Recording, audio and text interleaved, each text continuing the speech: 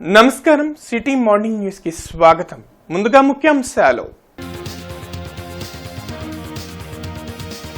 నిన్నటి నుండి ప్రారంభమైన అసెంబ్లీ సమావేశాలు ఈ నెల 26 వరకు నిర్వహించాలని బీఎస్సీ నిర్ణయం.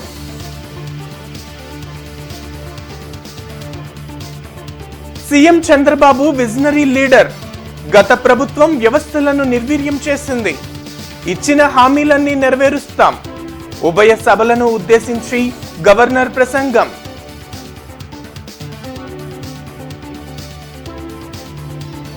గవర్నర్ ప్రసంగాన్ని అడ్డుకున్న వైసీపీ సభ్యులు. రాష్ట్రంలో శాంతి భద్రతలు క్షీణించాయని నిరసనలు.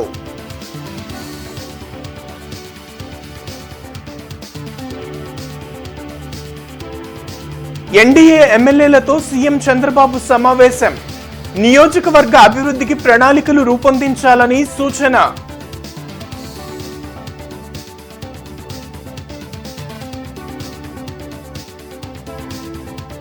జగన్ ఢిల్లీ ధర్నాపై స్పందించిన వైఎస్ షర్మిల. బాబాయి హత్యపై అప్పుడు ఎందుకు చేయలేదని సూటి ప్రశ్న.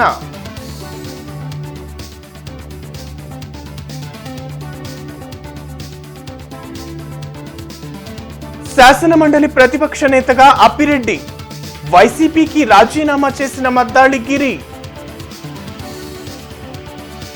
అసెంబ్లీ సమావేశాల ప్రారంభం సందర్భంగా ఉభయ సభలను ఉద్దేశించి గవర్నర్ అబ్దుల్ నజీర్ ప్రసంగించారు. ఏపీకి విభజనతో జరిగిన నష్టం కంటే గత ప్రభుత్వ హయాంలోనే ఎక్కువ నష్టం జరిగిందని తెలిపారు. గత వైసీపీ ప్రభుత్వ విధానాలు రాష్ట్ర ఆర్థిక పరిస్థితిపై తీవ్ర ప్రభావం చూపాయని చెప్పారు.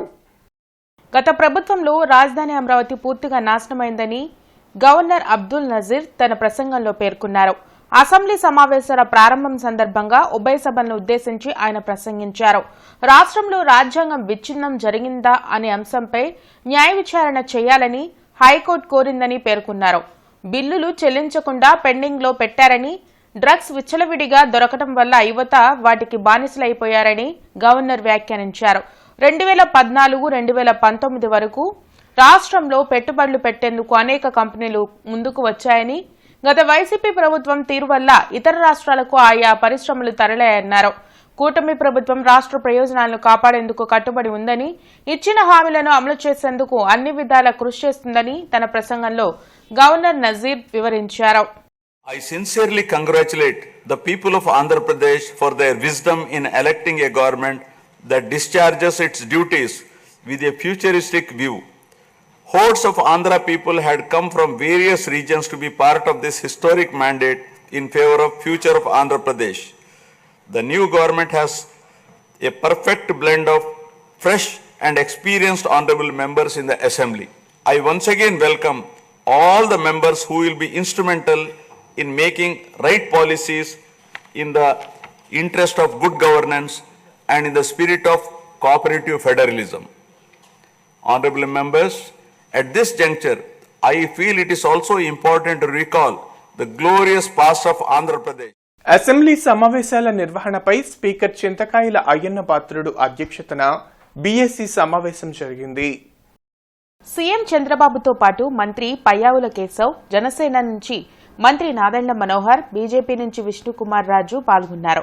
వైసీపీ ఈ సమావేశంకు గైర్హాజరైంది. ఈ నెల 26 వరకు సమావేశాలు నిర్వహించాలని బీఏసీలో నిర్ణయించారు. సభలో అన్ని శాఖలపై శ్వేతపత్రం విడుదల చేయాలని ప్రభుత్వం నిర్ణయించింది.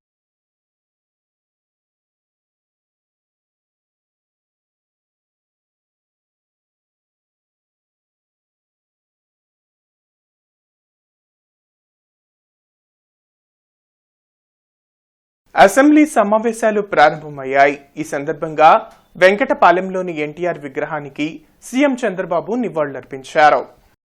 మంత్రులు, ఎమ్మెల్యేలు, ఎమ్మెల్సీలతో కలిసి అక్కడికి చేరుకుని విగ్రహానికి పూలమాలలు వేసిన అనంతరం అసెంబ్లీకి బయలుదేరి వెళ్లారు.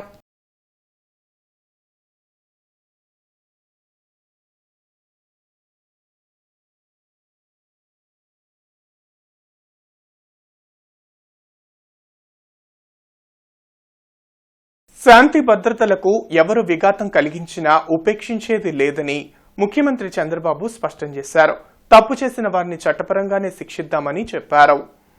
ఎన్డీఏ కూటమి ఎమ్మెల్యేలతో అసెంబ్లీ కమిటీ హాల్లో సీఎం చంద్రబాబు సమావేశం నిర్వహించారు. డిప్యూటీ సీఎం పవన్ కళ్యాణ్తో పాటు మంత్రులు, ఎమ్మెల్యేలు ఈ సమావేశంలో పాల్గొన్నారు. వివేక హత్య కేసులో నడిపిన నాటకాలే జగన్ మరలా చేస్తున్నారని చంద్రబాబు మండిపడ్డారు. ప్రభుత్వం ఏర్పడి నెల రోజులే అయినప్పటికీ వెంటనే వైసీపీ విమర్శలు చేయడం సిగ్గుచేటన్నారు. ప్రజా సమస్యల పరిష్కారం కోసం ప్రతి ఎమ్మెల్యే పనిచేయాలని, నియోజకవర్గ అభివృద్ధికి ప్రణాళికలు రూపొందించుకోవాలని చంద్రబాబు సూచించారు.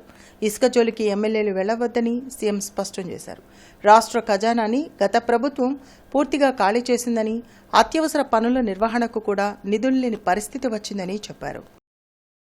ఏపీకి ప్రత్యేక హోదా కోసం గత ప్రభుత్వంలో వైఎస్ జగన్ ఎన్నిసార్లు ధర్నా చేశారని పీసీసీ చీఫ్ షర్మిల ప్రశ్నించారు. వివేక హత్య కేసు విచారణ కోసం ఢిల్లీలో ఎందుకు ఆందోళన చేయలేదని షర్మిల నిలదీశారు. విజయవాడలోని కాంగ్రెస్ పార్టీ కార్యాలయంలో ఆమె మీడియాతో మాట్లాడారు. వినుకొండలో జరిగింది రాజకీయ హత్య కాదని, వ్యక్తిగత హత్య మాత్రమేనని చెప్పారు.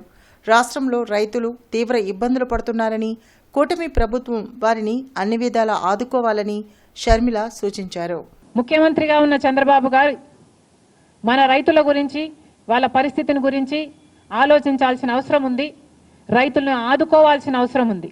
జగన్మోహన్ రెడ్డి గారు ఢిల్లీలో ధర్నా చేస్తారా? ప్రత్యేక హోదా కోసం ఎందుకు చేయలేదండి ధర్నాలు? మరి మీ సొంత చిన్నాన్నను చంపేసినప్పుడు మీరు ఢిల్లీలో ఎందుకు ధర్నా చేయలేదు న్యాయం కోసం? అసెంబ్లీ జరుగుతున్న సమయంలో మీరు అసెంబ్లీలో ఉండకుండా ఉండే ధైర్యం మీకు లేక ఇలా సాకులు వెతుక్కొని మీరు ఢిల్లీ వెళ్తామంటున్నారే. మీరు ఉన్నదే 11 మంది. కనీసం ఆ బిల్స్ మీద డిస్కషన్ మీకు అవసరం లేదా? ఈ వెనుకొండలో జరిగిన హత్య కూడా మా ఎంక్వైరీలు మేము చేసుకొని న్యూట్రల్ మీడియాతో లోకల్గా మేము మాట్లాడిన తర్వాత మేము వచ్చిన కన్క్లూషన్ ఏమిటి అంటే ఇది వ్యక్తిగత మర్డర్, ఈ పొలిటికల్ మర్డర్ అని మీరు చెప్పి మీరు ఢిల్లీకి వెళ్లి ధర్నా చేస్తున్నారా మీ ఉనికి కాపాడుకోవడం కోసం? రాష్ట్రంలో శాంతి భద్రతలు క్షీణించాయంటూ నల్ల కండువాలతో అసెంబ్లీలో తమ నిరసన తెలిపేందుకు వైసీపీ ఎమ్మెల్యేలు, ఎమ్మెల్సీలు యత్నించారు. అసెంబ్లీ గేట్ వద్ద వైసీపీ సభ్యుల నుంచి ప్లకార్డులను పోలీసులు లాక్కోవడంతో వారిపై వైసీపీ అధినేత జగన్ సీరియస్ అయ్యారు. పోలీసుల జులుం ఎల్లకాలం సాగనని అన్నారు. ప్లకార్డులు అనుమతించవద్దని ఎవరు చెప్పారంటూ ఆగ్రహం వ్యక్తం చేశారు. దీంతో పాటు అసెంబ్లీలో గవర్నర్ ప్రసంగం ప్రారంభమైన వెంటనే సేవ్ డెమోక్రసీ అంటూ వైసీపీ సభ్యులు కొంతసేపు నినదించి ఆ తర్వాత సభ నుంచి వాకౌట్ చేశారు.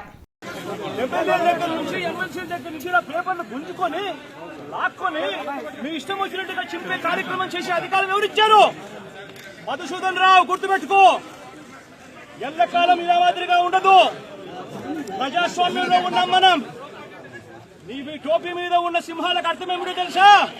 అధికారంలో ఉన్న వాళ్ళకు సెల్యూట్ కొట్టడం కాదు, ప్రజాస్వామ్యాన్ని కాపాడడం కోసం మీరున్నారు. గుర్తుపెట్టుకోండి.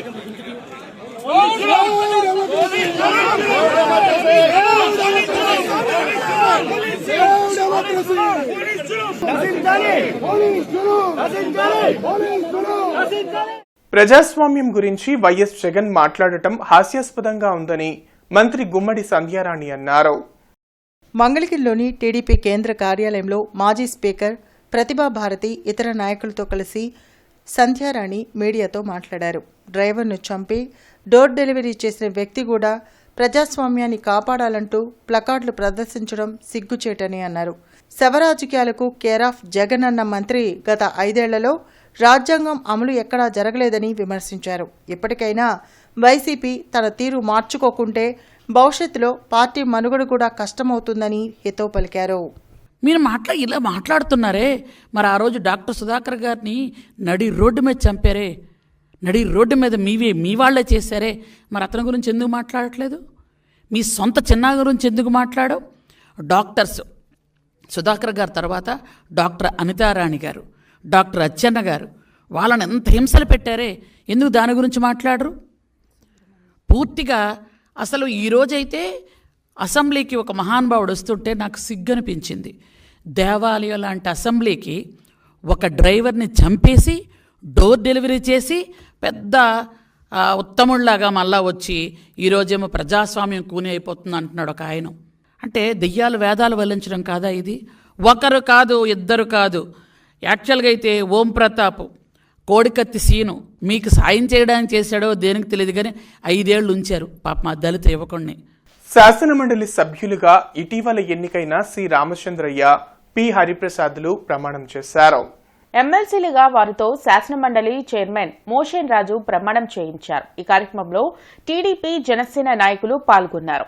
పిడుగు హరిప్రసాద్ అనే నేను ఆంధ్రప్రదేశ్ శాసన పరిషత్తు సభ్యునిగా ఎన్నికైనందున శాసనం ద్వారా నిర్మితమైన భారత రాజ్యాంగం పట్ల నిజమైన విశ్వాసం, విధేయత చూపుతానని, భారతదేశ సార్వభౌమాధికారాన్ని, సమగ్రతను కాపాడుతానని, నేను స్వీకరించబోయే కర్తవ్యాన్ని శ్రద్ధాశక్తులతో నిర్వహిస్తానని దైవసాక్షిగా ప్రమాణం చేస్తున్నాను.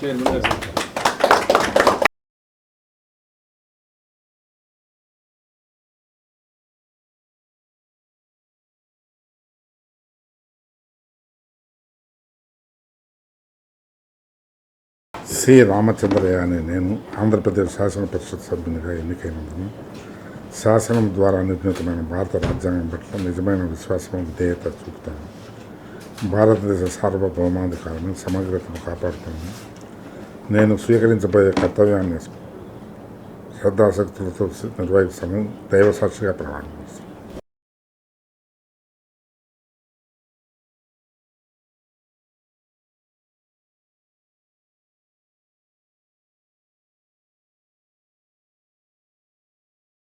శాసన మండలిలో ప్రతిపక్ష నేతగా ఎమ్మెల్సీ అప్పిరెడ్డి నియమితులయ్యారు. ఈ మేరకు assembly secretary general Prasanna Kumar notification విడుదల చేశారు. ఈ సందర్భంగా పలువురు వైసీపీ నాయకులు అప్పిరెడ్డిని కలిసి అభినందించారు. ఎమ్మెల్యే గళ్లా మాధవి పశ్చిమ నియోజకవర్గంలోని 42వ డివిజన్ నవభారత్ నగర్ 1/2లో కొత్త సీసీ రోడ్ మరియు డ్రైన్లకు అభివృద్ధి కార్యక్రమాలకు శంకుస్థాపన చేశారు. అదేవిధంగా 42వ డివిజన్లోని ప్రజల సమస్యలను అడిగి తెలుసుకున్నారు. ఈ సందర్భంగా ఎమ్మెల్యే గల్లా మాధవి మాట్లాడుతూ 42వ డివిజన్ నవభారత్ నగర్లోని 1/2లో కొత్త సీసీ రోడ్లు మరియు డ్రైన్లను నిర్మాణానికి 67 లక్షల రూపాయలతో శంకుస్థాపన చేశామని తెలిపారు. రహదారిలో సైడ్ డ్రైన్లు సరిగ్గా లేక మురుగునీరు రోడ్డు మీద పారడం, రోడ్లు గుంతలమయమవడానికి గత పాలకుల నిర్లక్ష్యానికి నిదర్శనమన్నారు. గతంలో ప్రతిపక్ష పార్టీలు గెలిచిన చోట్ల అభివృద్ధి పనులు జరిగేవి కాదని, ఆ సంస్కృతికి చరమగీతం పాడుతూ నేడు నియోజకవర్గంలో అన్ని ప్రాంతాలను సమభావంతో చూస్తూ అభివృద్ధికి పెద్దపీట వేస్తున్నామని గల్లా మాధవి తెలిపారు. అక్కడ ప్రజల సమస్యలను అడిగి తెలుసుకోవడం జరిగిందని, వాటిని త్వరితగతిన పరిష్కరిస్తామని హామీ ఇచ్చారు. ఈ కార్యక్రమంలో 42వ వార్డు కార్పొరేటర్ బుజ్జి, జనసేన వార్డు ప్రెసిడెంట్ వెక్కన్న బాబు, కిరణ్ కుమార్ తదితరులు పాల్గొన్నారు. నవభారత్ నగర్ 1వ లైన్ 2వ అడ్డ రోడ్లో సీసీ రోడ్డు ఇంకా సీసీ డ్రైన్స్ శంకుస్థాపన చేసుకోవడం జరిగిందండి. దీనికి బుజ్జి గారు కార్పొరేటర్గా వ్యవహరిస్తున్నారు. ఎన్నో సంవత్సరాల నుంచి రోడ్లకి డ్రైన్లకి నోచుకోకుండా ఈ విద్యానగర్ ప్రాంతము లేదంటే యావత్ గుంటూరు పశ్చిమ నియోజకవర్గం కూడా ఉన్నది. అయితే ఇప్పుడే మన గవర్నమెంట్ ఫామ్ అయిన కొద్ది రోజుల్లోనే ప్రతి ఒక్క పని మీద దృష్టి పెట్టి రోడ్లు, డ్రైన్లు, అలాగే మనకి కరెంట్ లైన్లు ఇవన్నీ కూడా చూడటం జరుగుతుంది. డ్రైనేజీ వ్యవస్థ కూడా చాలా అస్తవ్యస్తంగా ఉన్న పరిస్థితుల్లో దాని మీద ఎక్కువ దృష్టి సారించడం జరిగింది. అయితే ఈ ఏరియాలో వాటర్ కూడా లేని పరిస్థితి, బాగా ప్రజలు ఇబ్బంది పడుతున్న పరిస్థితి టైలెండ్ ఏరియా అవ్వడం వల్ల. దానికి కూడా ఒక వారం రోజుల్లో ఆ సమస్య కూడా పరిష్కారం అవుతుందని చెప్పి ఇక్కడ స్థానికంగా హామీ ఇవ్వడం జరిగింది. అయితే రోడ్డు, డ్రైను ఇలాంటివి ఇంకా ఎన్నో లోపల లైన్స్ ఉన్నాయి. వాటన్నిటికి కూడా ఎస్టిమేషన్స్ వేయించి కమిషనర్ గారికి మొన్న అందజేయడం జరిగింది. అవి కూడా చాలా త్వరలోనే ప్రారంభం అవుతాయి. ఎస్పీ కార్యాలయంలో ప్రతి సోమవారం జరిగే ప్రజా సమస్యల పరిష్కార వేదిక కార్యక్రమంలో బాధితులు పెద్ద సంఖ్యలో పాల్గొని వినతి పత్రాలను అందజేశారు. బాధితుల నుండి ఫిర్యాదులను స్వీకరించిన ఎస్పీ సమస్యలను పరిష్కరించాలని సంబంధిత అధికారులను ఆదేశించారు. పెదకాకనిలోని జయా హౌసింగ్ సొసైటీకి చెందిన స్థలాన్ని ఆక్రమించుకున్నారని బాధితులు ఎస్పీకి ఫిర్యాదు చేశారు. జిల్లా ఎస్పీ స్పందించి ఆక్రమణదారులపై చర్యలు తీసుకోవాలని కోరారు. ఇటీవల జరిగిన ఎన్నికల్లో గెలిచిన పార్టీకి చెందిన అగ్రకులస్తులు తమపై దాడులకు పాల్పడమే కాకుండా సాంఘిక బహిష్కరణకు గురిచేసినట్లు చెప్పారు. సాంఘిక బహిష్కరణపై విచారణ జరిపి చర్యలు తీసుకోవాలని జిల్లా ఎస్పీని కోరారు. 1982లో జయా కోఆపరేటివ్ హౌస్ బిల్డింగ్ సొసైటీ అనే ఒక రిజిస్టర్డ్ సొసైటీ ఫామ్ అయ్యి ఒక 16 ఎకరాల 33 సెంట్లు ల్యాండ్ కొని 214 మంది మెంబర్స్కి అలాట్ చేశారు. దాంట్లో 498 అనే సర్వే నెంబర్ ఒకటి ఉంది పెదకాకంలో. ఆ 498లో 2 acres 50 cents దాకా ల్యాండ్ ఉంది మాది. దాన్ని 32 మందికి అలాట్ చేశారు. అలాట్ చేసిన 32 మంది ప్లాట్లని 2009 నుంచి కబ్జా చేయడం మొదలుపెట్టారు కొంతమంది. ఆ కబ్జా చేసిన వాళ్ళకి పంచాయతీ భూమి నుంచి ఫుల్ సపోర్ట్ వస్తుంది. జూన్ 4వ తారీఖున ఎన్నికల ఫలితాలు వచ్చిన రోజు అగ్రకులస్తులు ర్యాలీగా పల్లెలోకి వచ్చారు. మేము ఎస్సీ మా పల్లెలోకి వచ్చినప్పుడు మేము పంచాయతీ నీళ్ళు పట్టుకుంటుంటే బైకులు మాకు తగిలినవి పక్కగా పోండి అన్నందుకు మా మీద ఎగబడి దాడి చేసి కొట్టారు. మళ్ళీ 14వ తారీఖు అదే 8వ తారీఖు జూన్ 8 నుంచి మమ్మల్ని సాంఘిక బహిష్కరణకు గురి చేశారు. మళ్ళీ 14వ తారీఖు మా కులానికి చెందిన ఒక అబ్బాయి ట్రాక్టర్ తోలుతుంటే పొలం దున్నుతుంటే ఆ అబ్బాయిని చంపబోయారు. 16వ తారీఖు సాగర్ అనే ఈ అబ్బాయిని కొట్టి గాయాలతో పడేసి అబ్బాయికి మెడికల్ రిపోర్ట్ కూడా ఉంది. 6 రోజులు హాస్పిటల్లోనే ఉన్నాడు. మళ్ళీ ఈ నెల 17వ తారీఖు డిఎస్పీ గారు మా ఊరికి విచారణకని వచ్చారు. ఆయన విచారణ చేస్తుండగానే ఆయనకి ఒక ముఖ్యమంత్రి నుంచి ఫోన్ వచ్చింది.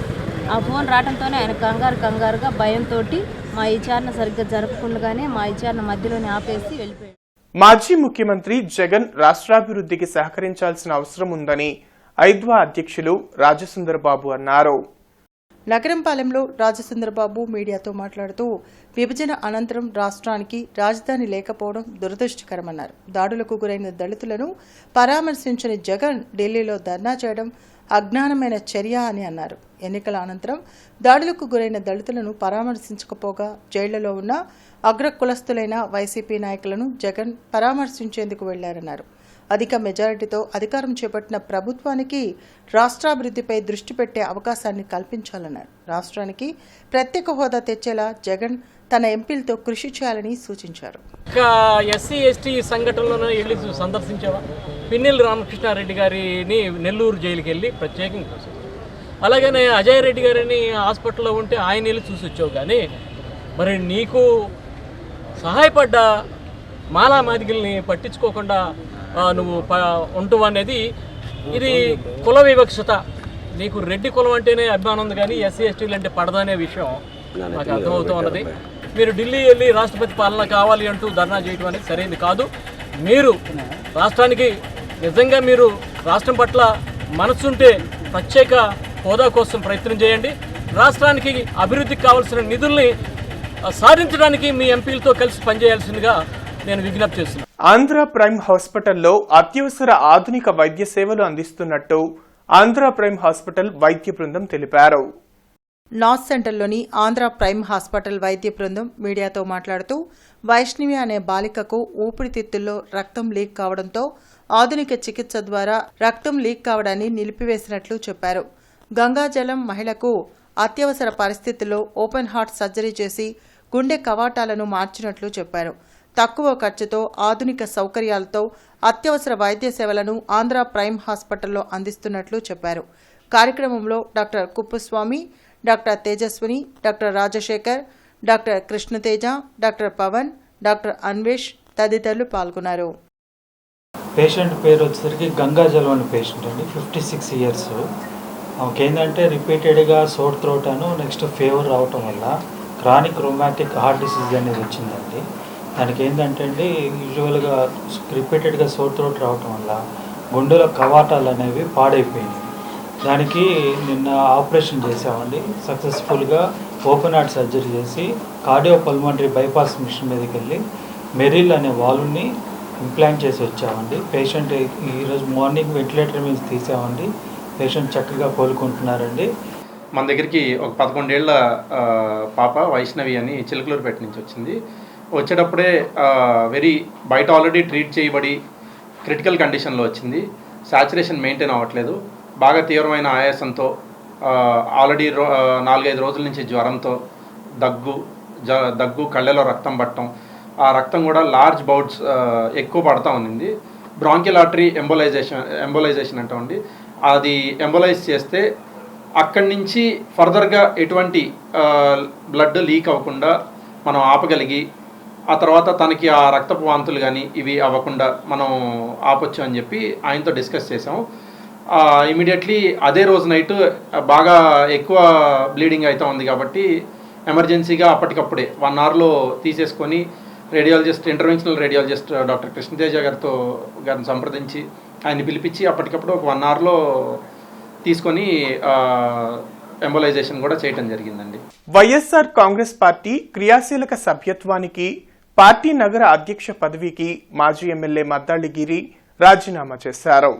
వ్యక్తిగత కారణాలతో తాను రాజీనామా చేస్తున్నట్లు మాజీ ఎమ్మెల్యే మద్దాళి గిరి లేఖలో పేర్కొన్నారు. వైఎస్ఆర్ కాంగ్రెస్ పార్టీ అధ్యక్షులు వైఎస్ జగన్ కు తన రాజీనామా లేఖను గిరి పంపారు. జిల్లా కలెక్టర్ నిర్వహించిన ప్రజా సమస్యల పరిష్కార వేదిక కార్యక్రమంలో బాధితులు పెద్ద సంఖ్యలో పాల్గొని వినతి పత్రాలను అందజేశారు. జిల్లా కలెక్టర్ కార్యాలయం వద్ద జరిగిన ప్రజా సమస్యల పరిష్కార వేదిక కార్యక్రమంలో బాధితుల నుండి వినతి పత్రాలను సేకరించిన జిల్లా కలెక్టర్ సమస్యలు పరిష్కరించాలని సంబంధిత అధికారులను ఆదేశించారు. ఫిరంగిపురానికి చెందిన షేక్ నబీ సాహెబ్కు వారసత్వంగా వచ్చిన ఎకరంన్నర పొలాన్ని షంషుద్దీన్ అనే వ్యక్తి అక్రమంగా రిజిస్ట్రేషన్ చేయించుకున్నట్లు చెప్పారు. దీనిపై జిల్లా కలెక్టర్ స్పందించి చర్యలు తీసుకోవాలని కోరారు. తాడేపల్లికి చెందిన లక్ష్మారెడ్డి స్థలాన్ని వైభవ్ ఇన్ఫ్రాస్ట్రక్చర్ సాంబశివరావు అక్రమంగా ఆన్లైన్ చేయించుకున్నట్లు చెప్పారు. దీనిపై జిల్లా కలెక్టర్ చర్యలు తీసుకోవాలని కోరారు. పెదకాకానిలో అత్యాచారానికి గురైన కుటుంబానికి పరిహారం చెల్లించేలా చర్యలు తీసుకోవాలని బాధితురాలి కుటుంబ సభ్యులు డిమాండ్ చేశారు. కాకాని గ్రామంలో జనవరి 5వ తారీఖున నాగమ్మ అనే 4 సంవత్సరాల బాలిక పైన అత్యాచారం జరిగింది.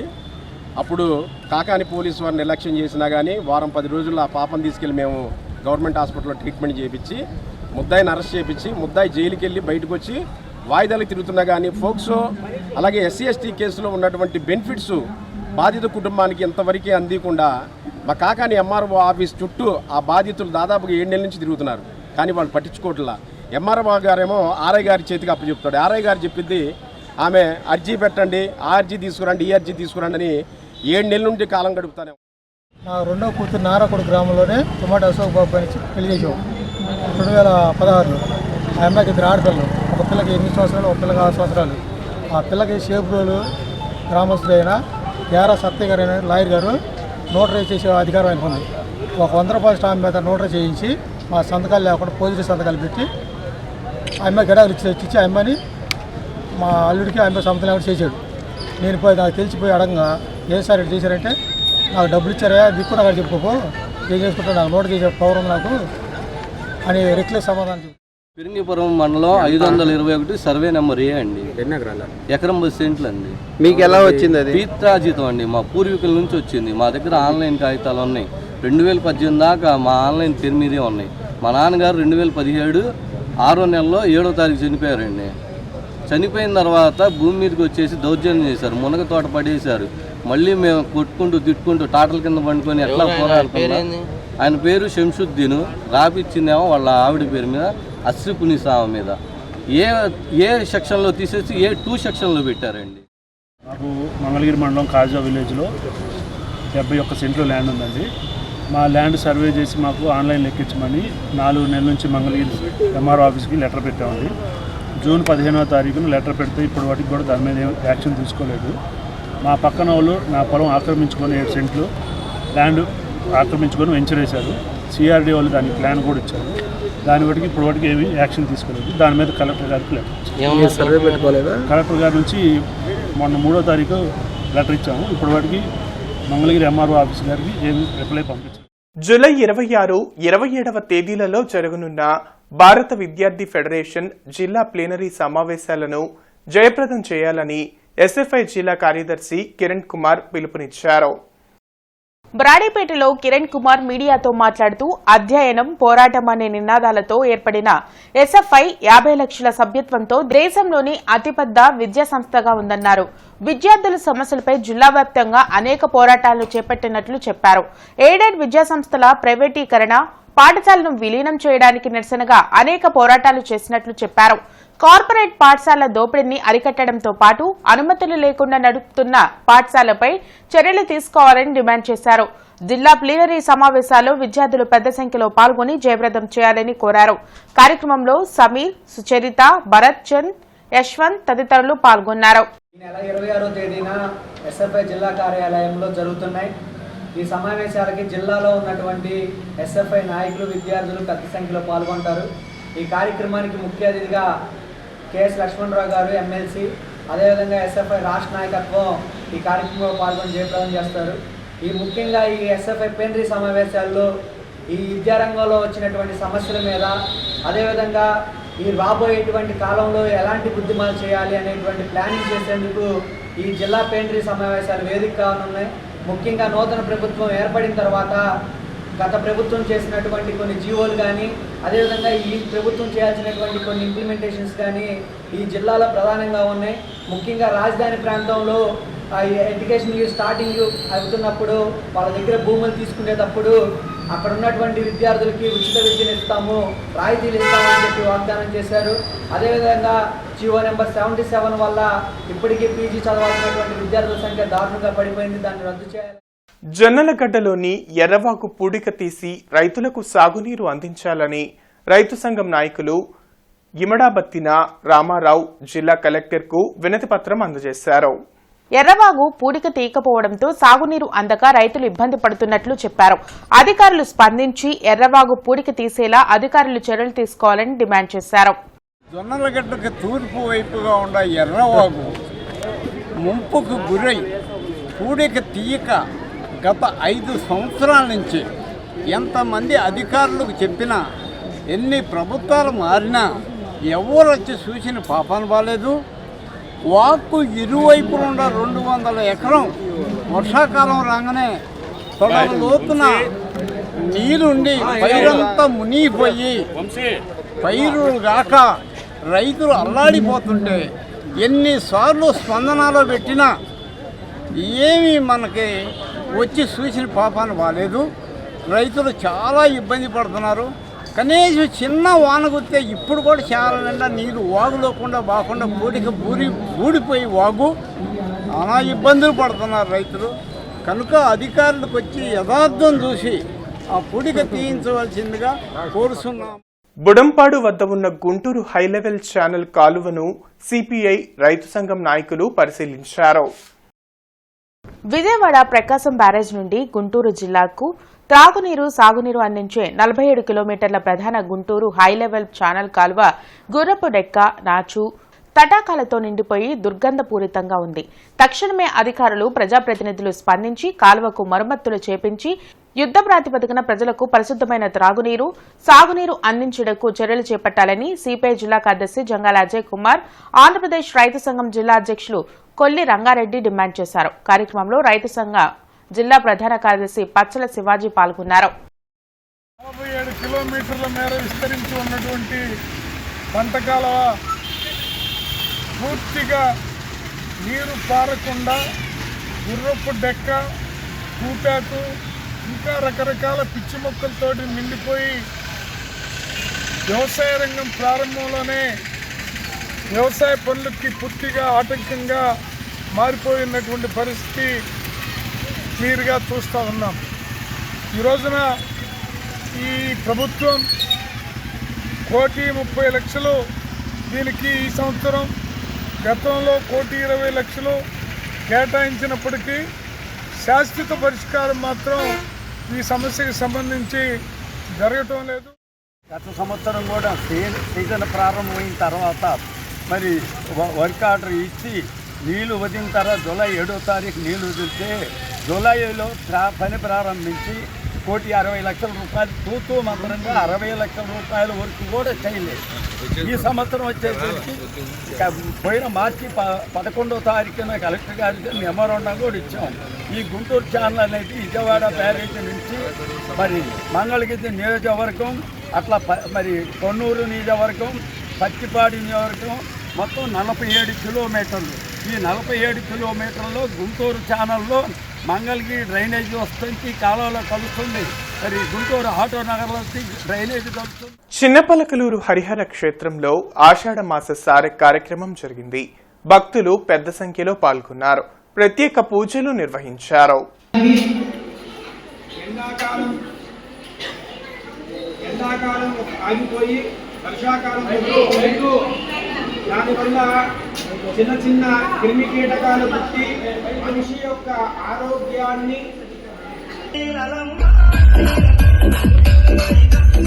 పెండింగ్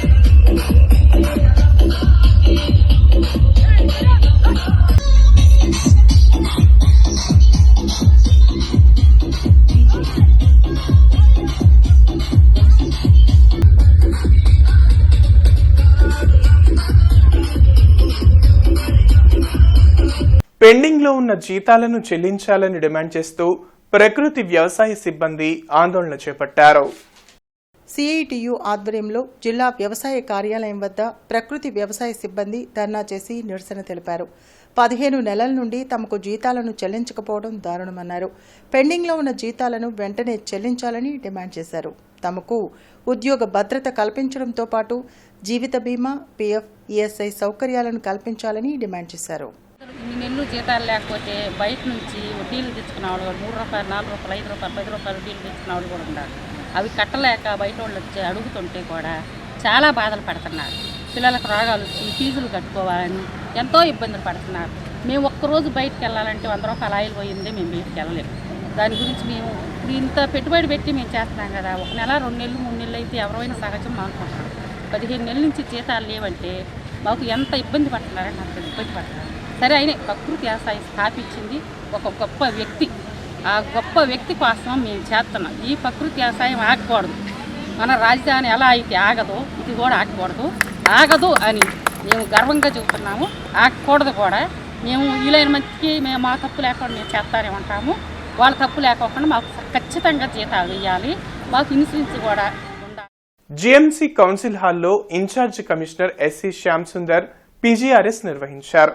ఈ సందర్భంగా ఇన్ఛార్జి కమిషనర్ మాట్లాడుతూ ప్రజల నుండి అందే ఫిర్యాదులను నిర్దేశిత గడువులోగా పరిష్కారం చేయాలన్నారు. సోమవారం నిర్వహించిన పీజీఆర్ఎస్ కు 42 ఫిర్యాదులు అందాయని, వాటిని నిర్దేశిత గడువులోగా పరిష్కరించాలని అధికారులను ఆదేశించారు. ఇవి బులెటిన్ అప్డేట్స్. నమస్కారం.